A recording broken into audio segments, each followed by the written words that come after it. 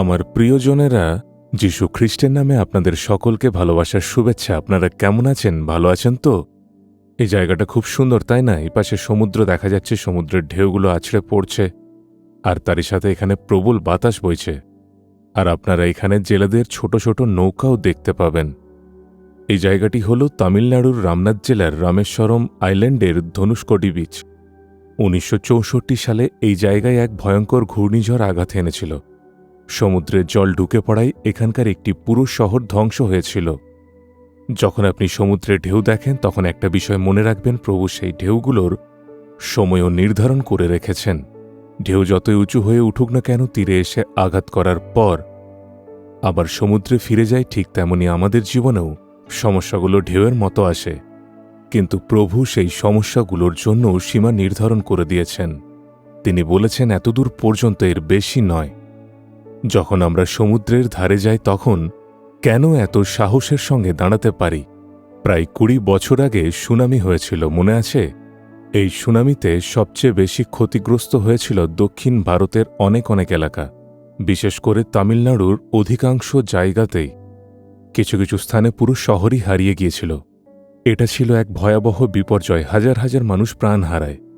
যখন ঢেউগুলো উত্তাল হয়ে উঠেছিল, তখন অসংখ্য মানুষের জীবন ধ্বংস হয়ে গিয়েছিল। কিন্তু আজ আমরা কোনো ভয় ছাড়াই সমুদ্রের ধারে দাঁড়াতে পারি, যদিও ঢেউগুলো এখনও গর্জন করছে। জানেন কেন? কারণ আমরা বিশ্বাস করি সমুদ্রের ঢেউ তার সীমা অতিক্রম করবে না। হ্যাঁ, একবার সুনামি এসেছিল, কিন্তু কি প্রতিদিন সুনামি আসে? না। তাই আমরা আনন্দের সঙ্গে সমুদ্রের ধারে যাই, এমনকি একটু ভিতরেও যাই, পা ভেজায়। আমরা সেখানে আর ভয় করি না, কারণ বিশ্বাস আছে। এটা কিভাবে সম্ভব?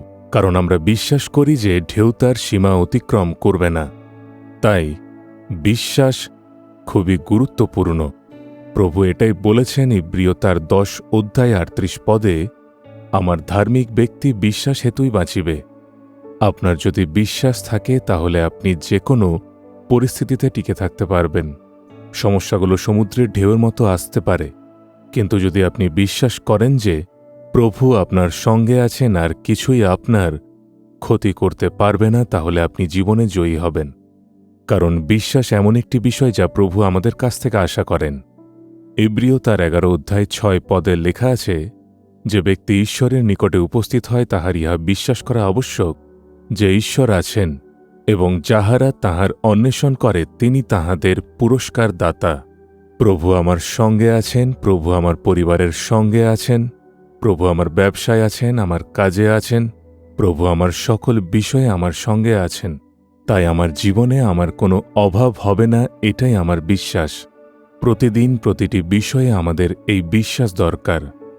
যাকব 1 অধ্যায় আমরা পড়ি, বিশ্বাস ছাড়া আমরা প্রভুর কাছ থেকে কিছুই পেতে পারি না। তাই আমাদের প্রভুর উপর বিশ্বাস রাখতে হবে। আপনি কেন নিরুৎসাহিত? কেন আপনার হৃদয় অস্থির? কেন আপনি ভয় পাচ্ছেন? পরিস্থিতি, সমস্যাগুলো সমুদ্রের ঢেউয়ের মতো একের পর এক আসছে। আসুক না যত ঢেউ আসে, ওদেরও তো সীমা আছে, তাই না? তারা সেই সীমা পার হতে পারবে না। ঈশ্বর তাদের জন্য সীমা নির্ধারণ করে দিয়েছেন। ওগুলো আপনার কাছে আসতে পারে, এমনকি আপনার পাও ছুঁয়ে যেতে পারে, কিন্তু আপনার সাথে সেই ঈশ্বর আছেন।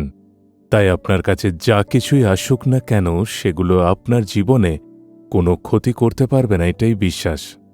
প্রভু আমার সঙ্গে আছেন।